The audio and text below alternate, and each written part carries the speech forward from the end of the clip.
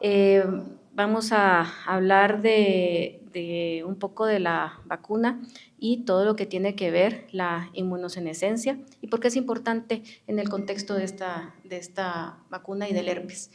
El sistema inmune, obviamente las reducciones de las células inmunitarias vírgenes, la calidad de la respuesta que se puede dar puede conducir a una respuesta inadecuada a antígenos extraños. ¿Qué pasa a lo largo de la edad? Que el sistema es menos capaz de combatir las infecciones y esto hace que haya mayor susceptibilidad y se desarrollen nuevas enfermedades asociadas específicamente a la edad. El sistema esquelético, como un mejor ejemplo también, ¿verdad? El cartílago articular se erosiona, todos después de los 45 años empezamos a tener más problemas con las rodillas, obviamente hay un tema también de aumento de peso, la matriz ósea se vuelve más delgada, los huesos más frágiles y a medida que esto pues también asociado a la pérdida de calcio, es más probable que ocurran fracturas y esto asociado también a un tema de fragilidad. Y la pérdida neuronal, que compete específicamente al sistema nervioso, asociado a reducción del flujo sanguíneo vascular cerebral por hipertensión, por otras situaciones, hay una reducción también de la producción de neurotransmisores y esto va a contribuir a que exista un deterioro cerebral en la vejez y también cognitivo. Para que la homeostasis se desarrolle, el sistema inmunitario destruye las células senescentes y dañadas o disfuncionales. Pero si este equilibrio en el contexto de la eliminación de las células senescentes se altera, esto va a hacer que el sistema inmunitario envejecido no va a eliminar estas células de manera eficaz y esto va a contribuir a numerosas enfermedades relacionadas a la edad. Si esta alteración ocurre en la destrucción de células cancerosas, que también se da, el sistema pierde entonces su capacidad de vigilancia por disfunción asociada a la edad o a la enfermedad y esto va a hacer que las células cancerosas se puedan replicar sin control formando tumores. La incidencia de herpes zóster y la proporción de neuralgia posherpética se van a presentar asociado al aumento a la edad. La incidencia del zóster por edad en Estados Unidos, vemos arriba de los 80 años y vemos comparado la tasa de neuralgia posherpética asociado también a la edad. Esto en datos de Alemania comparados con Estados Unidos, pero vemos que después de los 65 años empiezan a elevarse mucho más. La incidencia, por ejemplo, de otro virus, como lo es el virus de sincitial respiratorio, afecta mucho más a lactantes, pero mata a los adultos. Entonces son dos contextos que podrían ser también asociados a la edad, en donde el 65% de los casos de sincitial respiratorio se producen en niños menores de 2 años, pero el 89% de las muertes van a ocurrir en adultos mayores de 65 años.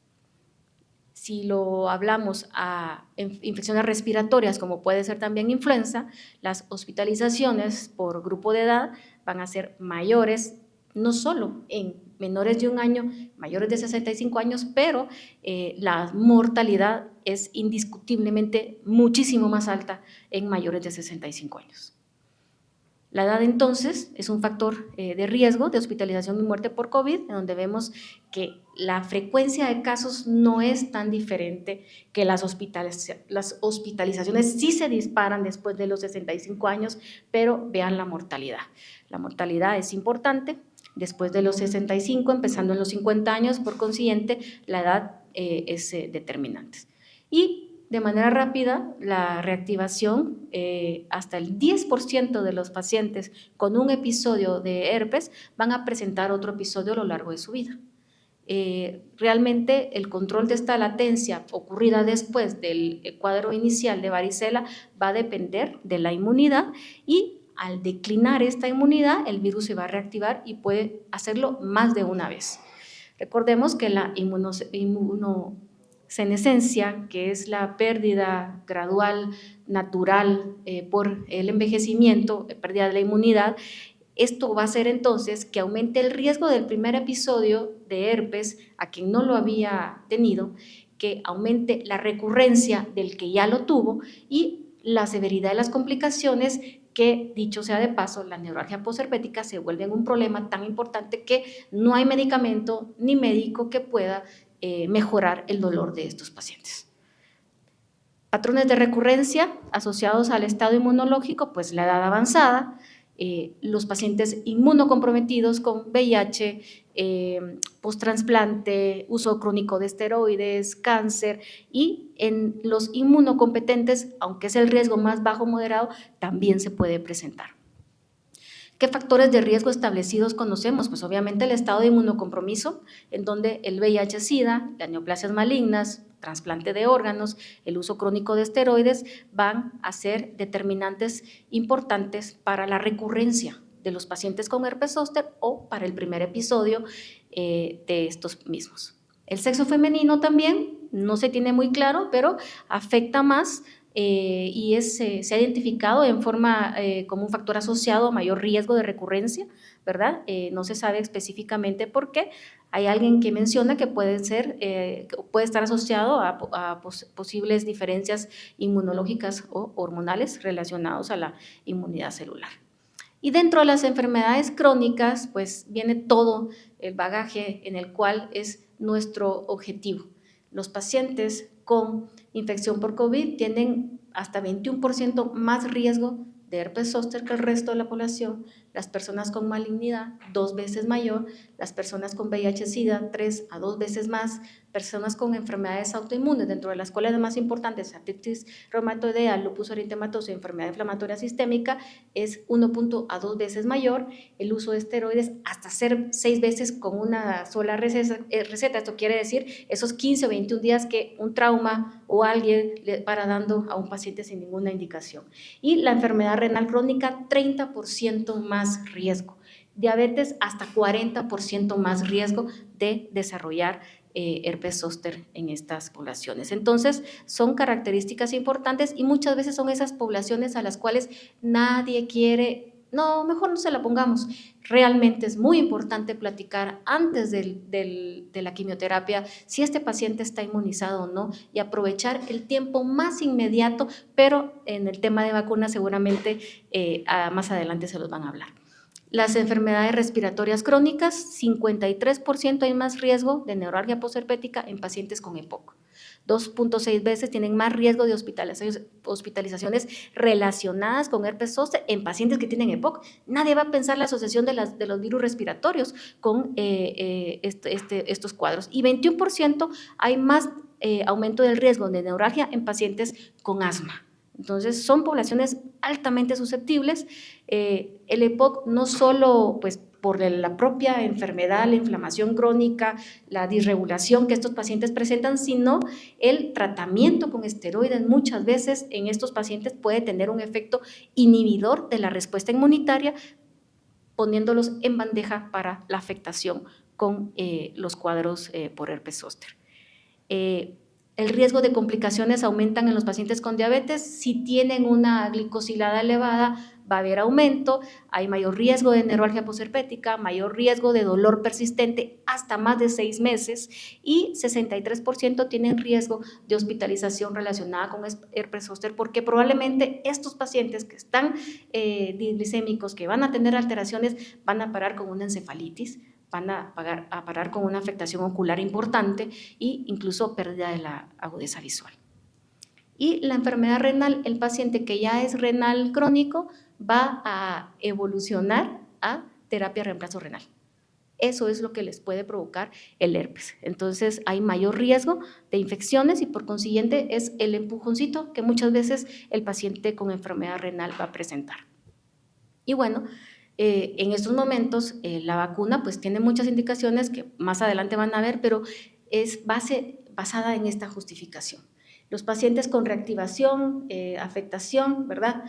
Va a haber alteraciones de remodelación vascular, aumento de la trombosis, esto puramente por citoquinas inflamatorias, por liberación de enzimas y especies reactivas de oxígeno. Esta remodelación vascular va a hacer que existan datos de vasculopatía. Y al ocurrir la vasculopatía va a haber más riesgo de eventos cerebrovasculares o infartos al miocardio a los 30, a los 90 o hasta los 2 años posteriores a el episodio de herpes zóster. Entonces tenemos que pensar más allá de solo el cuadro, pacientes pues inmunocompetentes, que seguramente los vamos a ver, pero hay un tema que justifica la inmunización en estas poblaciones tan susceptibles. La enfermedad mental grave, como el trastorno depresivo mayor, que empeora o nos empezamos a dar cuenta mucho después de COVID, hay un aumento hasta el 50% desde los 90 y vemos que estos trastornos depresivos se asocian con pobre respuesta inmunológica y entonces estos pacientes con enfermedad mental grave y todos estos grupos de trastornos específicamente también van a ser más susceptibles y con complicaciones más importantes en el contexto de la infección por virus de varicela zóster. Y entonces, para terminar, pues la recurrencia no es excepcional, ocurre incluso en inmunocompetentes y es marcadamente mayor en inmunocomprometidos y adultos mayores. La inmunosenescencia, ¿verdad?, que es el declive de la inmunidad, es el mecanismo central que explica el primer episodio como la recurrencia que puede seguir pasando, y un episodio previo no protege de forma confiable contra la recurrencia. Entonces, sobre todo en pacientes mayores o inmunocomprometidos. Y pues eso es un poco de lo que justifica la inmunosenescencia y los factores de riesgo en el contexto del virus de varicela zóster. Muchas gracias.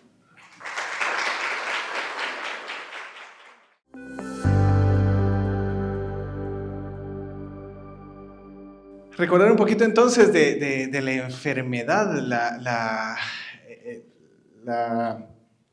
vamos a pasar aquí al virus. El virus de la varicela zóster es el que causa tanto la varicela como el zóster, ¿verdad? Tiene los dos nombres. Es de la subfamilia alfa-herpervirus, género varicelovirus, ese también llamado, si se acuerdan de cuando nos machucaban, ¿cuál es el tipo 1, 2? Este es el 3, ¿verdad? El tipo 1 es el que sale en la boca, tipo 2 es el que sale en el área genital, tipo 3 es la varicela o el herpes zóster. Es un virus DNA, es un virus relativamente grande, hasta 200 nanómetros de diámetro, 125,000 pares, es grande, es un virus complejo. Una cápside icosaédrica, bien importante, esto lo hubiera resaltado, produce latencia y esa es la razón de este módulo de hoy, de herpes zóster. El virus no se va y esa es una característica de los virus del herpes. Todos pueden producir latencia, quiere decir que se quedan con nosotros el resto de nuestras vidas. Si ya nos dio varicela, que lo más probable es que ya nos haya dado, todos tenemos la posibilidad de que nos venga herpes zóster, porque es una reactivación del virus que estuvo latente en nosotros. Ya la doctora Chávez habló del tema de por qué en la edad adulta, la inmunosenescencia, pues tenemos más posibilidades de que el virus regrese. Un montón de proteínas y algunas glucoproteínas por ahí, pero importante, el virus se empieza a reconocer desde hace bastante tiempo. La varicela pues es bastante reconocible. Se le llamaba viruela menor, porque la viruela, ¿se acordarán ustedes ahora que hubo ¿cómo se llama? Que hubo brote de viruela? Veíamos aquellas pústulas feas, ¿verdad? Grandotas, todas en el mismo estadio, muy deformante. Pues bueno, comparado con la viruela, la varicela es suavecita. Entonces le llamaban una viruela menor.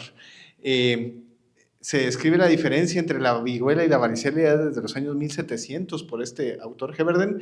Finales del siglo XIX ya se relaciona el zóster y la varicela, o sea, esa relación antes de conocer el virus como tal, ya se veía, ¿verdad? Miren, pero es que todos los que les ha dado varicela les sale algo muy parecido, solo que localizar, o sea, ya se había visto esa posibilidad, y ya en 1943 Garland postula que la varicela y el herpes zóster son un mismo virus, un mismo agente, porque se empezó a ver el virus, ¿verdad? Y en esta época ya se podían buscar y ver los virus, y en 1952 finalmente ya se aísla el virus de la varicela zóster, y pues ahí sí ya no hubo pierde, encontramos el mismo virus en las vesículas del zóster que las vesículas de la varicela, pues ni modo, es el mismo virus de la varicela zóster.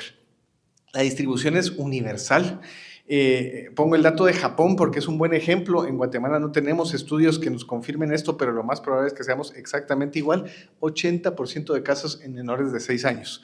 ¿Qué quiere decir eso? Que nos da muy pequeños, ¿verdad? Si el 80% es un montón. Y ustedes imagínense a quién vieron con varicela la última vez, lo más probable es que fuera un niño chiquito. Quiere decir que cuando somos grandes, pues ya nos dio a la mayoría. 10% de menores de 1 año, ¿verdad? Que usualmente hay alguna protección relativamente buena a través de anticuerpos maternos, por eso lo vemos poco en niños pequeñitos, en menores de 1 año.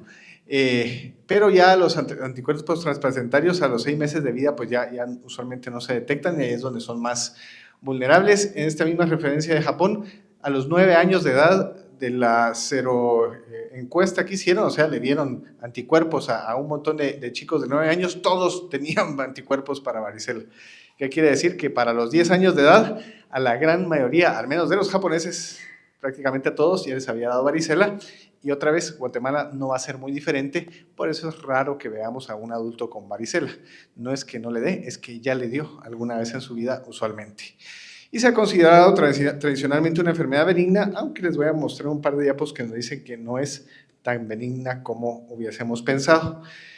La transmisión es relativamente fácil, la verdad, transmitirse varicela, tampoco es el sarampión, ahorita está de moda el sarampión, es exageradamente transmisible, alguien tose aquí o respira y el de allá del otro lado, pues le va a dar sarampión si no tenía inmunidad. Varicela, pues el virus también es bastante transmisible, no tanto como el sarampión, pero sí es muy transmisible. Y especialmente la transmisión se da en contacto directo con las vesículas de la persona, es lo que es altamente contagioso, por eso usualmente vemos en personas de la misma casa, por ejemplo, hermanitos, primitos, ¿verdad? Que viven juntos, le da uno, pues le da al otro, porque tienen un contacto bastante directo. Eso es lo mismo para varicela como para zóster. ¿Se puede pegar el zóster? Sí, por supuesto que sí, a través de las vesículas. Si yo toco las vesículas, me puede pegar el zóster. ¿Por qué a todo el mundo no nos da zóster? Si vemos a alguien que tiene zóster, porque suele ser limitado en lugares muchas veces no expuestos y porque la gran mayoría de nosotros ya nos dio. Entonces es difícil que a un adulto le pegue a otro adulto el zóster por eso, no porque no sea contagioso. La varicela, diferente del zóster, el zóster se localiza muy bien en un lugar y ahorita lo vamos a ver más adelante. La varicela se va también a pulmón, por lo tanto también a pulmón y a vía aérea respiratoria superior. Recuerdan ustedes, alguien con varicela tiene enantema, ¿verdad? O sea, tiene en la boca, a veces tose, ahí hay virus activo en esos lugares. Entonces también se transmite por saliva y por vía respiratoria. Tanto así de que sí puede quedarse suspendido en el aire y aunque es menos transmisible que el sarampión, sí que se puede contagiar la persona que está al otro lado de la habitación. Esto es bien importante para los que hemos trabajado en hospitales oncológicos.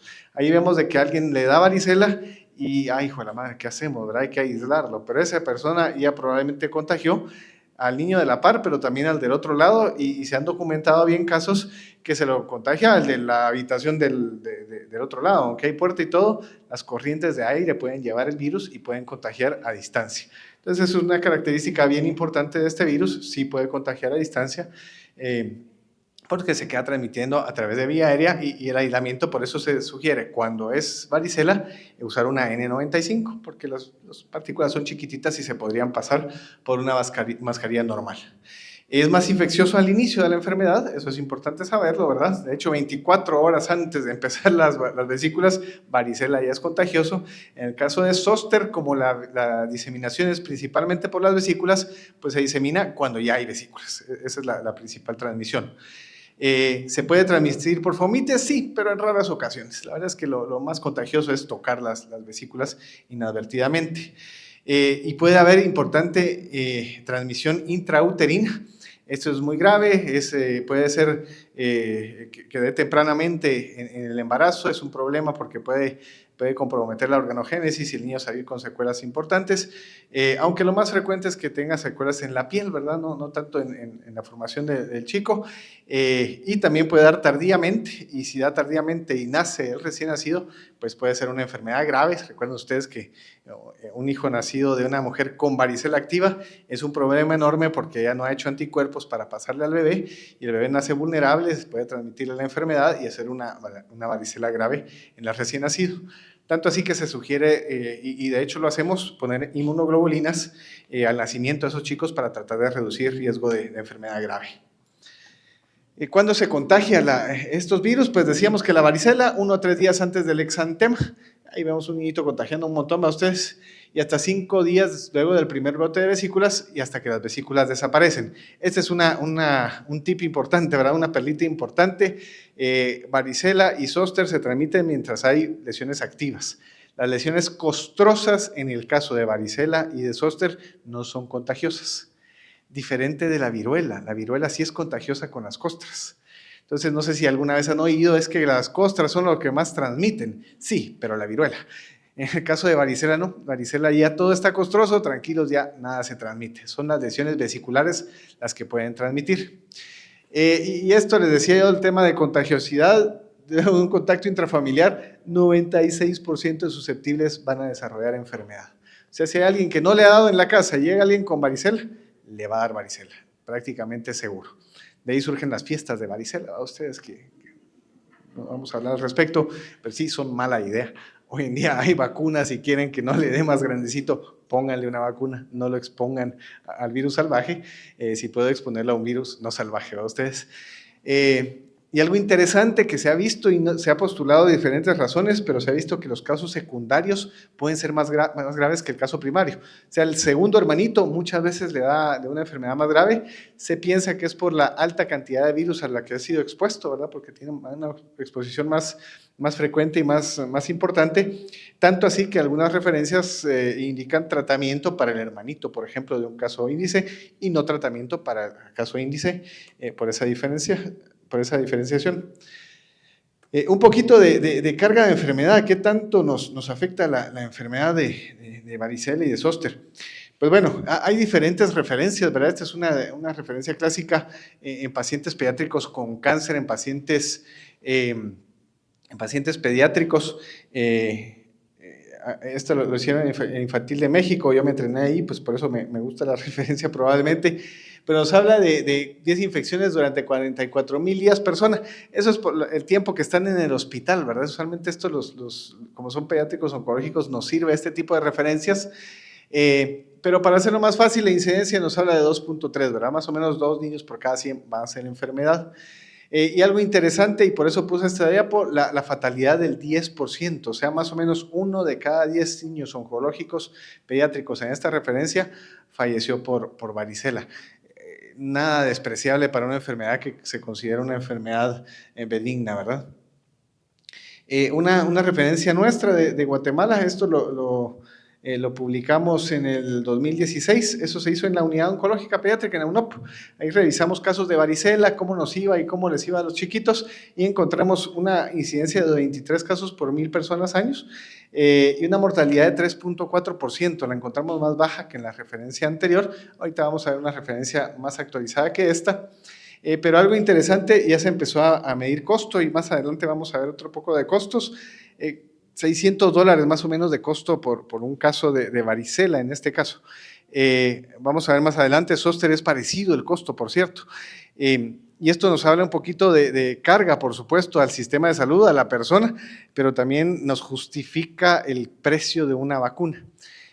Realmente el prevenir una enfermedad no tiene precio, ustedes, y otra vez si nos vamos al tema de protección individual, uno diría, pues bueno, no importa que sea cara una vacuna, tal vez me sale más cara que la enfermedad, pero no me enfermo, qué fantástico.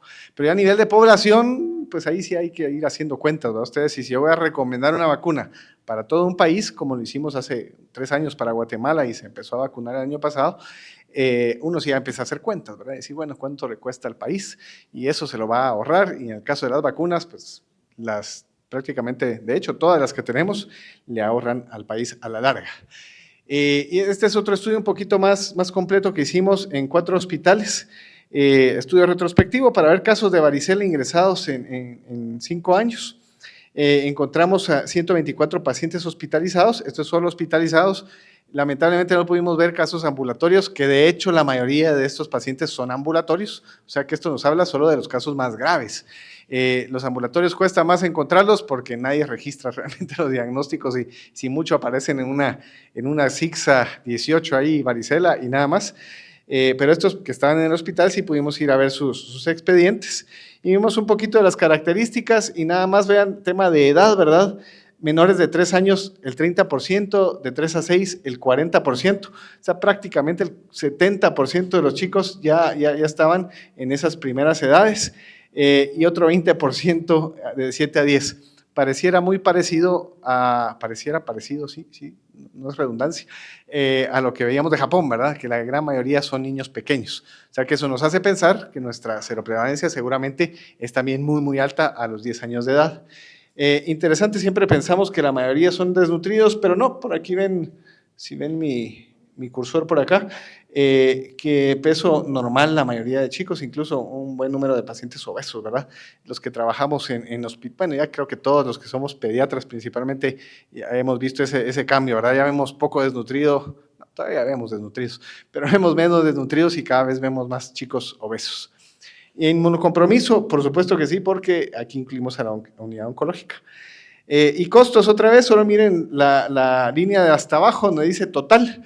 El total de costo de un paciente complicado con varicela en particular, que es lo que vigilamos acá, $3,700. Es un montón de plata, ustedes. El costo de un paciente no complicado en el hospital, $1,100. Eso es lo que le cuesta a un hospital el manejar uno de estos pacientes. Otra vez, estos pacientes son pacientes que llegaron al hospital. Probablemente el paciente que no llegó al hospital, pues no va a costar tanto, pero igual no es despreciable. Y un poquito del tema de zóster como tal, de esos pues no tenemos datos para Guatemala, vamos a buscar realmente la forma de hacer alguna casuística porque es bien interesante. Pero la incidencia 3.5, de 3 a 5 casos por 1,000 personas año, esto es referencia para Latinoamérica, no exactamente para Guatemala. Por cierto, hay varias revisiones sistemáticas y metaanálisis de herpes zóster relativamente recientes para Latinoamérica. No es casualidad, es porque hay una vacuna, ¿verdad? Ustedes, y cuando hay una vacuna, pues tiende a haber más información. Entonces, casi el doble, de hecho, para adultos arriba de 50 años. Lo que decía la doctora Nuria, ¿verdad? El tema de inmunosenescencia. Y adultos no vacunados, pues lógicamente el vacunado baja muchísimo la incidencia. Y vamos a ver un poquito ahí el tema de edad, una curva de incidencia conforme va aumentando la edad, ven de que los primeros años de la vida, más o menos 40 años, es relativamente estable la incidencia, como empieza a subir a los 50 y después se va para arriba. Ahí es donde está la recomendación de poner vacuna a los 50 años, porque el aumento de casos se da a los 50 años, pero ojo, porque hay a todas las edades. Y esto, como es promedio, no lo muestra, pero más o menos a los 10 años de vida tenemos un piquito de enfermedad. Los pediatras vemos niños más o menos 8 a 10 años de vida que hacen zóster, usualmente es benigna la presentación, y clásicamente es el chico que tuvo varicela antes del año de vida. Pareciera ser que hay alguna respuesta inmunológica distinta si nos da en edades muy tempranas la varicela, que nos aumenta el riesgo de hacer un zóster más o menos entre los 5 y 10 años. Entonces, ahí nos la muestra esa mezquita, diríamos, pero sí que hay un aumento ligero en edades bastante tempranas. Otra vez, a cualquier edad nos puede dar herpes zóster. Un poquito de tema de zóster también, del espectro que puede dar, ¿verdad? Es bueno, ya lo dijimos, es una reactivación del virus de varicela zóster. La tasa de hospitalización por herpes zóster es bastante baja. O sea, este paciente es un paciente crónico, no es un paciente que lo lleve al hospital. La carga es diferente que la de la varicela. Hospitalización más o menos 0.86%, o sea, bien bajita. Usualmente adultos mayores por alguna complicación. La letalidad muy, muy baja, la verdad es que nadie se muere de zóster. Vamos a ver que las razones para vacunarse no son reducir mortalidad, vamos a ver que son reducir morbilidad y otros beneficios interesantes que puede haber también, especialmente a edades más largas. Pero ¿qué es lo que nos da realmente la carga? Estos 3 aspectos que vemos aquí. La neuralgia posherpética, por mucho el problema tal vez más importante de zóster. 5 hasta el 30% de pacientes hacen neuralgia posherpética, es muchísimo ustedes. Y pues nos ha dado el doctor Maldonado, tal vez nos cuenta un poquito del dolor residual. Si alguien ha tenido aquí neuralgia posherpética, seguro no se le olvida. Son muy desgastantes, muy dolorosas y de muy largo tiempo. Y entre más edad, pues más incidencia, como dijo la doctora Chávez. Zóster oftálmico es una complicación bien importante. Si tenemos zóster en la cara, cerca del ojo, mucho ojo, si tiene cerca del ojo, porque le puede dar una complicación que puede llegar a ceguera en ese ojo. Y complicaciones neurológicas que son raras, pero son bastante debilitantes si se llegaran a dar, y esto casi sí es exclusivo del paciente inmunocomprometido. Carga económica, se han hecho estudios y está publicado, y vemos ahí un par de estudios interesantes en América Latina. Costo directo por caso, por ejemplo, $851. Otra vez para América Latina, para Estados Unidos, esto es mucho más caro, de hecho. Costo indirecto, esto es interesante, la persona deja de ir al trabajo, tiene que ir, tiene otros costos aparte de la atención propiamente dicha, que hace que la enfermedad sea también costosa, ¿verdad? $700 más o menos. Entonces, calcúlese que se va a gastar sus $1,500 después de que le dio su herpes zóster. Ahí a la vacuna, pues ya no sale tan cara, ¿verdad? Ustedes ya uno dice, tal vez sí pago la vacuna. Sí está cara, por cierto, pero vale la pena. Problemas que tenemos con vigilancia y brechas de información en América Latina y mucho más en Guatemala. No tenemos datos de población general, ¿verdad? No es algo que se registre, no es una vigilancia obligatoria. En grupos de alto riesgo, pues sí, algunos datos para Latinoamérica, incidencias ya las habíamos dicho, ¿verdad?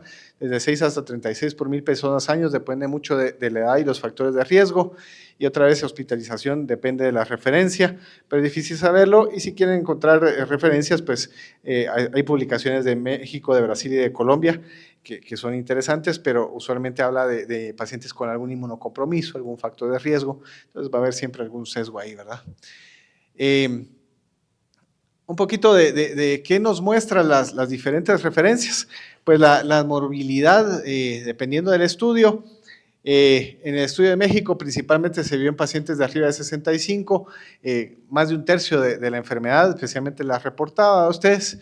En el caso de Colombia, una prevalencia promedio de zóster oftálmico casi del 1%.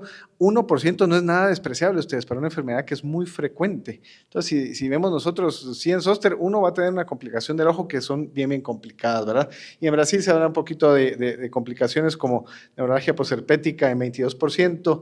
Ahí encontraron zóster oftálmico mucho más alto. Otra vez, probablemente esto sea un sesgo por el tipo de población, y meningoencefalitis en un alto porcentaje, otra vez de pacientes que se encontraron en hospital. Y bueno, en Guatemala realmente sabemos de que hay mucha enfermedad regional, los determinantes regionales están demostrados, pero tenemos déficit de vigilancia, ustedes no tenemos un registro de esta enfermedad, y podemos hacer una inferencia, es decir, probablemente tengamos una carga muy similar a la de otros países. Prioridades para la investigación, pues ¿qué podemos hacer? Si a ustedes les interesa investigación sobre este tema, pues pongámonos de acuerdo, ¿verdad? Una vigilancia centinela sería bien interesante, análisis de costos y recursos sería bien interesante también para zóster en particular. El estudio que les mostré era de varicela, ¿verdad? No tenemos datos de zóster. Y evaluar qué intervenciones podríamos hacer sería muy interesante, incluyendo vacunación. Y acá sí termino con esto, un poquito del diagnóstico clínico, básicamente clínico. Estas son de las enfermedades que la abuelita suele dar el diagnóstico, ¿verdad? Ya un poco menos, antes las abuelitas de antes eran más precisas para estas enfermedades. Ahorita le preguntan a uno de pediatra, y uno de pediatra joven muchas veces nunca ha visto una varicela, y uno se queda, ¿y usted qué piensa, señora? Con el tiempo, para los más jóvenes van a haber muchas varicelas, no se preocupen, y ya van a agarrar experiencia. Pues el diagnóstico, este tipo de lesión, ¿verdad? En el caso de la varicela, cielo estrellado, lesiones en todas las fases. Se puede, si uno quisiera, hacer un cultivo viral, nadie lo hace en Guatemala, antígenos tampoco, anticuerpos tampoco, PCR algunas veces lo logramos hacer, algunos paneles. Tenemos un paciente recientemente con una encefalitis por varicela que nunca lo pensamos, es un paciente oncológico, pero se podría hacer potencialmente de lesiones también, no lo hacemos de rutina en Guatemala. El herpes zóster, la clínica diferente, ahí ven una clásica lesión de zóster. La perlita para diagnóstico de zóster es que es una región anatómica, recuérdense ahí de las regiones nerviosas, ¿verdad? Ustedes toma un dermatoma, y los dermatomas están bien delimitados, parece hecho con lapicero, como cuando uno lo ve, ¿verdad? Sí es muy marcado el tema de un dermatoma. Ojo que sí pueden haber algunas lesiones satélite, que eso es interesante. No le descarten si tiene unas cuantas lesioncitas fuera del dermatoma, especialmente al lado contralateral, pero en general respeta muy bien alguno de los dermatomas. Los del tórax no lo sabemos perfectamente. Los más bajos, googleenlo, busquen su Harriet Lane, usábamos nosotros. Buscan una referencia para ver si respeta el dermatoma porque son bien distintos, ¿verdad? Especialmente los sacros, por ejemplo, no son lo que uno se imaginaría intuitivamente. Igual en la cara, ¿verdad? No necesariamente son tan claros. Pero la clave diagnóstica de esto son vesículas en un dermatoma como tal, en primer lugar, y en segundo el dolor. El dolor es muy característico. En ciertos pacientes no duele tanto, en oncológico pediátrico nos ha pasado frecuentemente que el niño está como que nada, casi no le duele y tiene francamente un herpes zóster. No sabemos por qué es, seguramente tiene que ver con la inmunosupresión, pero en general la característica es un dolor bien importante. Y ya el doctor Maldonado lo mencionó, una perlita extra, mucho dolor en algún sitio en particular, siempre tengamos herpes zóster como un diferencial. Recuerdo ahorita un paciente adulto que pensaba que tenía cálculos renales, por eso me preguntó, era un familiar, me dijo, mira, no aguanto los cálculos, me duele aquí justo la espalda, ya me fue a hacer una orina y parece que sí. Se fue al infectólogo porque pensaba que era una infección urinaria asociada a los cálculos, no habían cálculos, era un zóster. Y pues bueno, el tratamiento, como imaginarán, era diferente. Importantísimo, los dermatomas no pasan a línea media, si está de ambos lados, suele ser otra cosa. En niños se confunde mucho, por cierto, con dermatitis de contacto, con dermatitis del área del pañal, con lesiones por alguna crema, algo que esté rozando, se pueden parecer mucho, ¿verdad? Pero esas no respetan el dermatoma otra vez. De neuralgia mencionamos, pocos síntomas sistémicos. Y en inmunocomprometidos puede generalizarse, o sea, un paciente con un inmunocomprometido pudo haber tenido varicela y ahorita tener un zóster y ese se va a todo el cuerpo. No es varicela, es un zóster diseminado. Un poquito ahí más del tema de los dermatomas. La manifestación inicial dijimos que era dolor, ya lo dijimos, límite espacial y el diagnóstico. Las etapas de las vesículas, ¿se recuerdan? ¿Verdad? Ustedes estas cambian en horas y pasa de mácula pápura a vesícula, a pústula y a costra. Por grupo va a ser diferente, sí, los niños suelen ser más leves con el zóster, puede tener un clínico bastante más leve, la neuralgia posherpética es mucho menos frecuente en niños que en adultos, el dolor suele ser más tolerable en niños que en adultos, rara vez es incapacitante, en cambio en adultos suele ser muy, muy fuerte. Y complicaciones realmente en niños pues va a ser bastante raro, en cambio en adultos pues sí, las complicaciones son frecuentes, debilidad, fiebre, cefalea. La topografía, ¿dónde lo vemos más frecuentemente? Esto es interesante, casi siempre lo vemos en tórax, ¿verdad? Es donde más frecuentemente aparece, pero también puede aparecer en cara, ya lo hemos referido, y en región lumbar y de hecho en cualquier parte del cuerpo, pero estas son las más frecuentes. Y la que nos preocupa siempre cuando es en la cara, puede afectar el ojo y puede provocar ceguera. Siempre que tengan un paciente con un zóster en la cara, especialmente si está cerca del ojo, debe de ir al oftalmólogo para una evaluación, para ver si necesita un manejo más agresivo. Es una urgencia médica, a ustedes eso debe ser de inmediato. Ya lo último, tratamiento, no sé si me tocaba tratamiento, pero lo puse aquí. Antivirales en inmunocomprometidos, pues puede ser ingreso hospitalario y evitar complicaciones. Un poquito aquí de eficacia del tratamiento antiviral principalmente. Si lo doy tempranamente va a reducir el riesgo de dolor y de diseminación. O sea, primeros síntomas hay que usar antiviral. Interesante, famciclovir tiene más evidencia que los otros antivirales, pero aquí vemos abajo que valaciclovir o famciclovir, que son orales y que la posología es mejor, pues son los de elección. Nos cuesta conseguir valaciclovir, famciclovir creo que no lo conseguimos. Aciclovir pues es el que hay disponible, no es muy bueno, pero es lo que hay, entonces es lo que usualmente usamos. Y si realmente queremos tratar al paciente porque es de riesgo, es aciclovir intravenoso, el tratamiento oral con aciclovir pues es absorción errática y no nos va a funcionar muy bien y la evidencia es bastante fuerte para todo eso.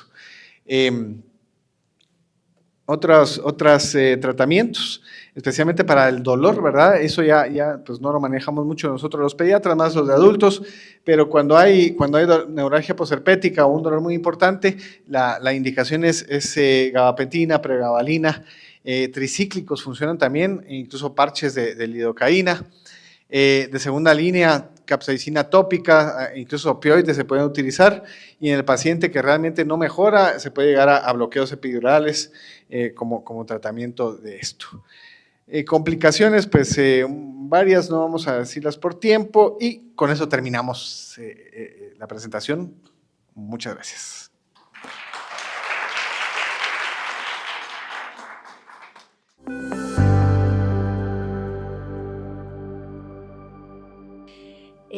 Hablando un poco de costo que les decía, para nosotros sí tiene muchísimo que ver el costo, que tal vez no es solo el de la hospitalización, porque generalmente los que miramos zóster no vemos el paciente que le va bien. O sea, el paciente que le va bien nos cuenta, ¿verdad? O nos manda una foto, o les manda una foto a ustedes y les dice, mira, creo que tengo zóster, ¿qué dices, verdad? O un médico les comenta y les dice, ¿será que es zóster o será que no? Y si ustedes le mandan en el mensaje que dice que sí, dicen, me quedo más tranquila porque yo ya sé qué es esto, y se cuida, ¿verdad? Toma algún descanso, se maneja sus vesículas, generalmente no se complican, algunos sí, pero otros básicamente no los vemos en agudo. Y otros que sí que nos tocan a los internistas o a los infectos, que eso es lo poquito más complejo porque nos llega cuando ya uno le quiere iniciar el antiviral, pero que ya sabe uno que el antiviral no le va a hacer mucho efecto porque ya se pasó la ventana del tiempo en el que ir bien. Y la otra, que es la que a mí más me hace como que, uy, me da no sé qué, es no inician el día 1 el medicamento para prevención de la neuralgia posherpética. Entonces, yo sí quiero 2 cosas que ustedes tengan en mente es, no es cara cuando uno hace cuentas la consulta con el internista, el infecto, la reconsulta, y el antiviral, que no sé quiénes han comprado aquí el antiviral, pero en 2 cajas de antiviral ya se fue lo de la vacuna, y pasando por el dolor, confiando en que no van a quedar con la neuralgia posherpética. Que para que se reduzca, por favor, el primer día que les consulte un paciente, ese día 1, el que quieran, gabapentina, pregabalina, el que deseen, el que tenga la cajita de muestra, el que el paciente tolere, empiecen el día 1 y su paciente los va a querer mucho porque va a notar una mejoría en el dolor, pero lo mejor es que no le va a durar la neuralgia más de 1, 2 o hasta 3 meses, que es lo que habitualmente les dura. Y yo les digo que tengo pacientes que manejan dolor neuropático hasta 3, 5 años después, y algunos en zonas genitales o de sacro, y es bien complicado el manejo. Entonces, después de este preámbulo, debo declarar acá que este es mi conflicto de interés, no soy un empleado de GSK, voy a recibir honorarios por la presentación, no tiene contenido comercial y obviamente la refacción pues hoy es patrocinada por GSK, que espero que esté rica, y si no allá la medical de GSK, ¿verdad? Nos va a indicar, pero creo yo que sí. Bueno, este es el contenido, pero va a ir muy rápido porque yo veo que ya mis antecesores pues lo hablaron, y como yo lo que vengo aquí es a fijar los contenidos para el examen, ¿verdad? Entonces ya ustedes solo presten atención, así como, ay, la doctora, que así lo que vino a decir ya no lo sabíamos, esto ya es la pregunta resuelta directamente, ¿verdad?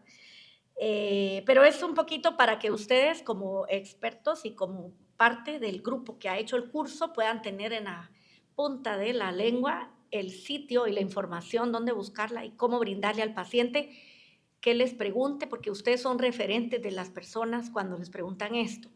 Y si lo primero que le dicen al paciente es una vacuna es cara, no se la ponga, no. ¿Cuál es su riesgo? Esa debe ser la pregunta. ¿Cuál es su riesgo? Porque al final el costo va a ser relativo a la consecuencia que puede hacer, ¿verdad? Bueno, incidencias les hablaron, solo para que se fijen, hasta 5 casos por 1000 personas, eso no es tanto, ¿sí? Y cómo se incrementa al triple si tiene más de 70. Aquí, en realidad, como es una población bastante joven en general, ¿verdad? Pero sí, aquí hay gente que va a tener algún riesgo y se va a detectar, o sus pacientes también. América Latina, ya nos lo comentó un poco Mario, la carga de la seropositividad, un poco los datos ya los comentó, pero para que se fijen, sí hay datos de seroprevalencia pues alta. Muchísima gente no recuerda que tuvo varicela, mucha gente no, pero si no, miren cómo identificaron a Shakira en el Mundial, que las gafas, que si era ella, que si no era ella, el ojito que tenía aquí, ese fue el que identificaron que ella no podía ser inflada. Yo siempre supe que era ella, pues, pero bailando en el Mundial. No porque, ¿verdad? Pero era ella. Pero ¿qué quiero decir? Ese orificio que tenía aquí de esa marca, inconfundible, ¿verdad? Bueno, 1 cada 3 personas va a desarrollar herpes zóster, ¿sí? Esperemos no estar en ese rango, aunque podríamos ser parte de. Y yo les voy a hablar un poquito del riesgo para que ustedes piensen en su paciente conforme al riesgo, ¿sí? Que eso es lo que nos compete a nosotros, informar al paciente, que al final es el que decide qué tan costoso o no le puede llegar a ser. Solo para que se fijen, casi 2 veces más riesgo en los primeros 30 días de un SB.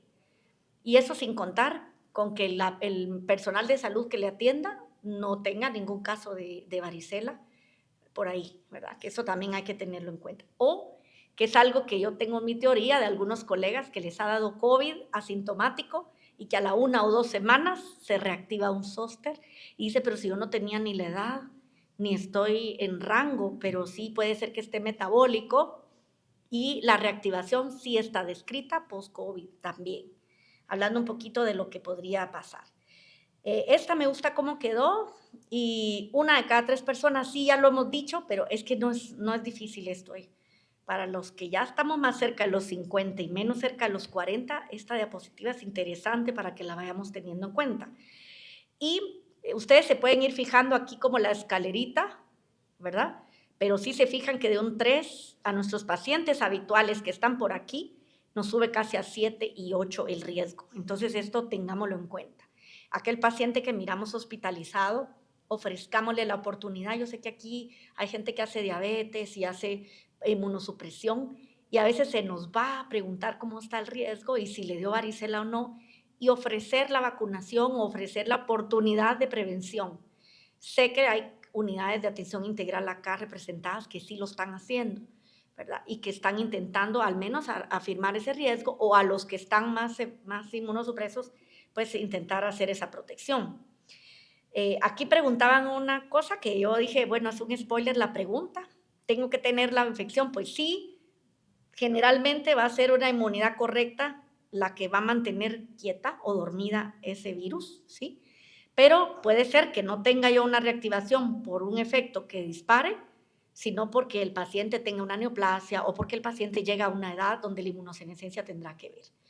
Y aquí el disparador, ahí hay una gran cantidad de situaciones que hay que tener en cuenta, incluyendo infecciones virales que pueden atacar a la persona, ¿verdad? Y esta es una diapositiva que me gusta mucho gráficamente. Ustedes, es muy difícil no reconocer cuando la foto está así, ¿verdad? Pero no es siempre empieza así la lesión, ni todas son lesiones del libro. Muchas veces nos presentan casos donde solo tiene 2 o 3 bombitas o vesiculitas y está la duda, o están en zonas, digamos, que la gente no se la espera. Y yo tengo una paciente que era una familiar, que estábamos conviviendo en un ambiente, que ese día me comentó y me dijo, vieras que aquí atrás, por el área del brasier, tengo unas bombitas, me pica. Y yo le dije, vamos a ver, vimos las bombitas y en realidad eran dos vesiculitas que podrían haber sido muy bien del área del roce, del brasier, ¿sí? Y no estaban con el borde o base eritematoso, que es lo que uno espera. Pero yo le iba a ver a esta persona en 2 días, entonces dije, miremos cómo va, porque no ardía ni picaba, pero estaba ahí. Justamente la vi el fin de semana y ya tenía 4 bombitas, pero ya habíamos iniciado la antiviral desde el día 1, ¿verdad?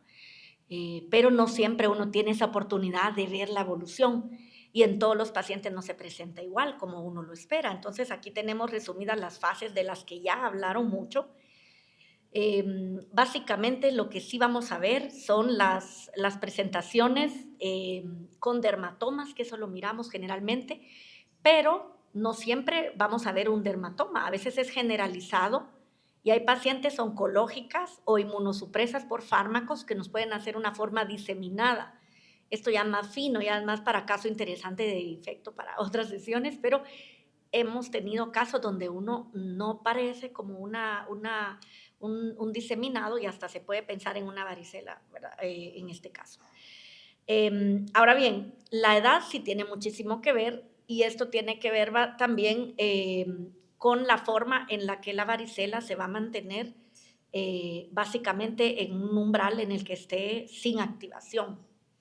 Ahora bien, no solo la edad, que sí que es la edad la que más, digamos, influencia tiene, porque ustedes ven aquí les puse una estrellita, cómo se duplica cuando se llega a los 70, pero, o sea, sí hay la posibilidad a partir de los 50, que es donde empieza a subirse, y estas son cortes de varios países, en donde tenemos que tener en cuenta que en general en esos ganglios dorsales es donde está dormido, por decirlo así, pero gracias a que está dormido o latente, gracias a nuestra calidad de células T que están controlando el virus. No siempre la calidad de los linfocitos tiene que ver con el número. Por eso es importante tener en cuenta que no siempre la cantidad es lo que importa, ¿verdad? Sino también la calidad a la hora de la defensa. Y hablaron bastante de los porcentajes, pero solo para que pensemos, entre 1 y 3 personas pueden hacer esa neuralgia posherpética, aunque empecemos un fármaco para dolor neuropático, pero eso lo minimiza muchísimo.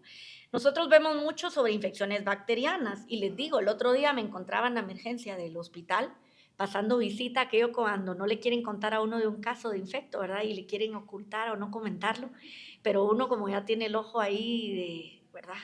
Esto, entonces digo yo, ¿y él no me lo van a presentar? No, no, doctora, él no es un paciente de infecto.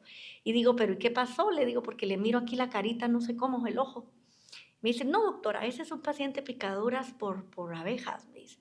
Ah, les digo yo, entonces, ¿desde cuándo las abejas pican en escuadra? Les digo, porque la escuadrita cabalaca no sé si se acuerdan cuando uno hacía no hablo de otras escuadras, sino de cuando uno hacía los rosetones y esto, literal. Y entonces me dicen, ay, sí, doctora, ahora que lo dice es cierto, lo que pasa es que está como impetiginizado. Entonces, el señor ya nos contó la historia y él lo que dijo fue que lo sentía literal como que unas abejas le habían picado, pero en realidad no le habían picado. Pero como no le entendían, porque el señor estaba como que dormido, claro, ya nos contó la historia y pues le fue muy bien al señor, pero ¿qué es lo que quiero decir? Que a veces no nos fijamos, pero hay que fijarnos, ¿verdad? Para poder ver en este sentido. Acá esta diapositiva, lo que trato de comentar es que no nos enfoquemos solo en edad, paciente con VIH, como dije, no solo la cantidad de CD4, la calidad de los CD4, la edad, es receptor de trasplante, qué fármacos usa. Hay algo que no nos fijamos y es que los pacientes hoy en día, si se fijan, hay mucho fármaco inmunomodulador. No sé si se han dado cuenta. Antes no teníamos las opciones que hay hoy para tratar AR y lupus.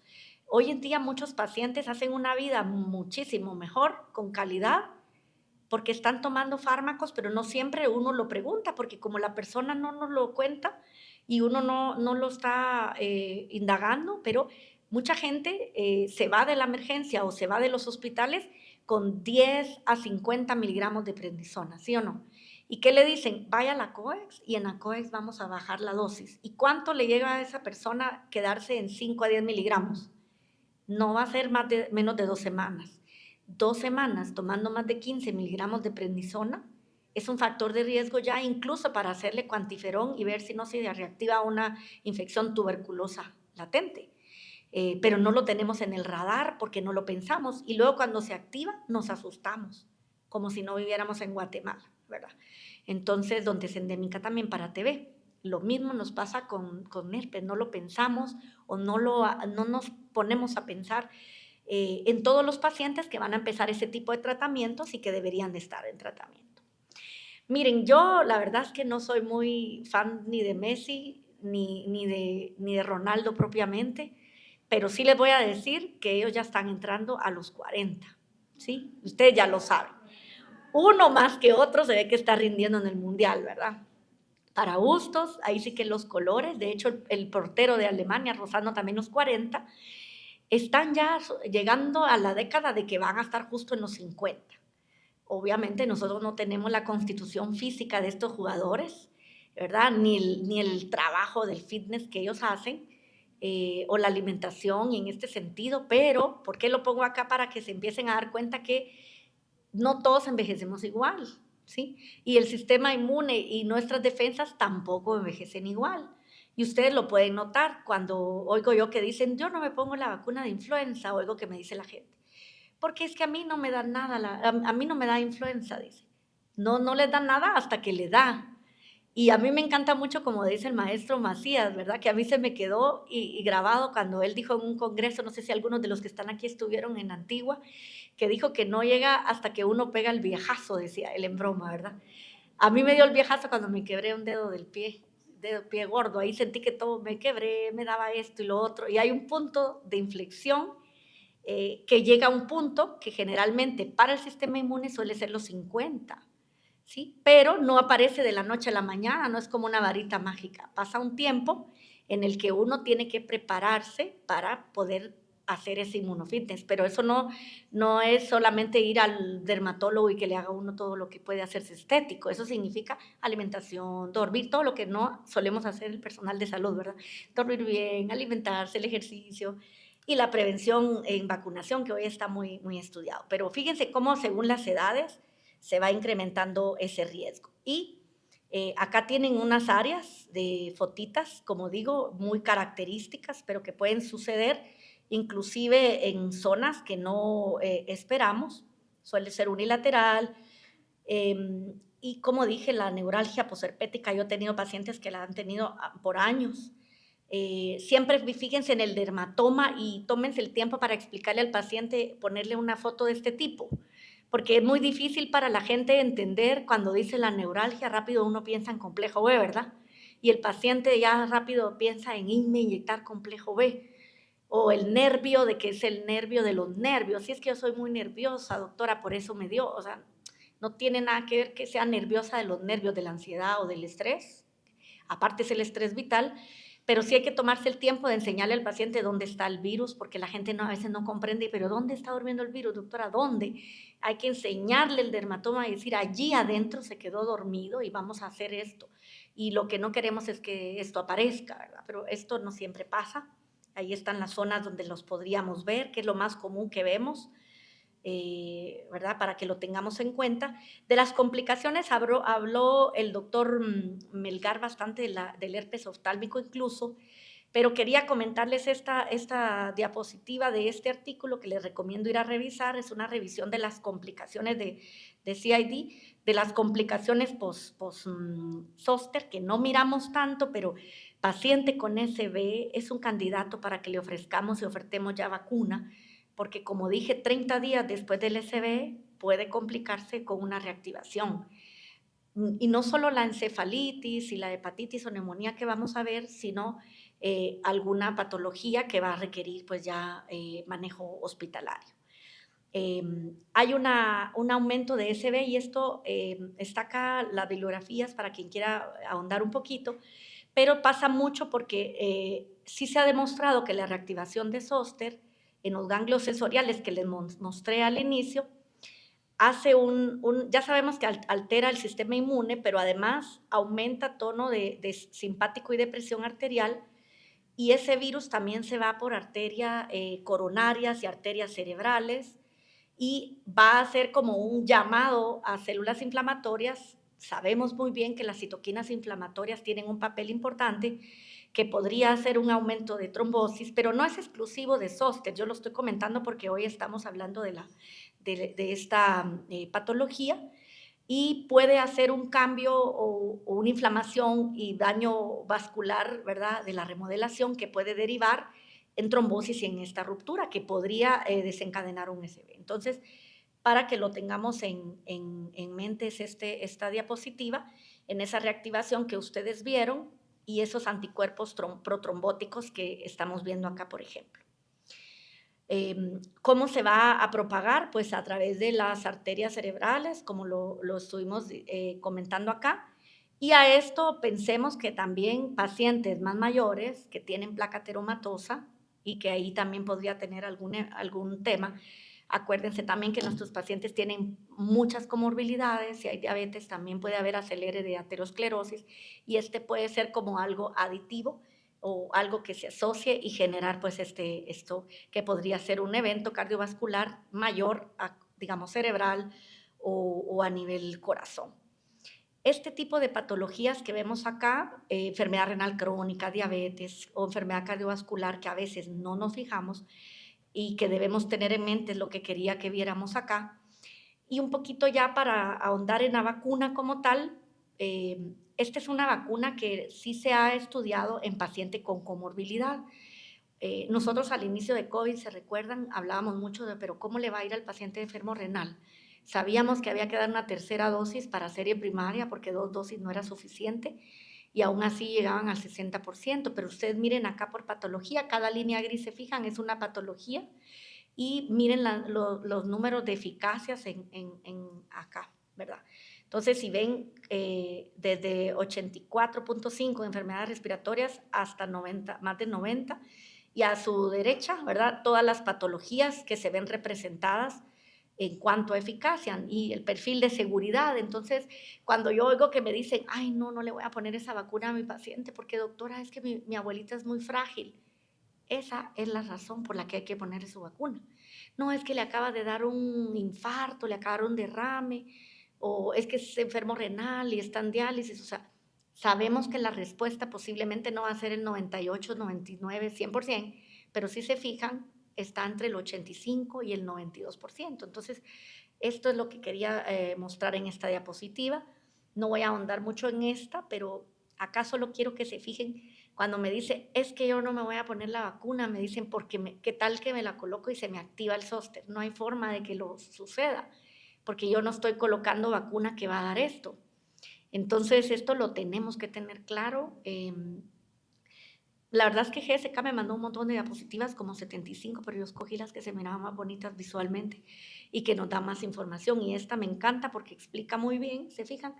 El sistema que le permite a este adyuvante mantenerse como más tiempo y hacer más potencia. Esta otra que también me encanta, para que se fijen si le quieren hacer una fotita cuando el paciente les diga así como, ay no doctora, es que yo no, mi mamá está muy frágil, es que oigo mucho esto, mi mamá está muy frágil, mi paciente está muy frágil, es muy débil, no va a aguantar o le va a dar a la enfermedad.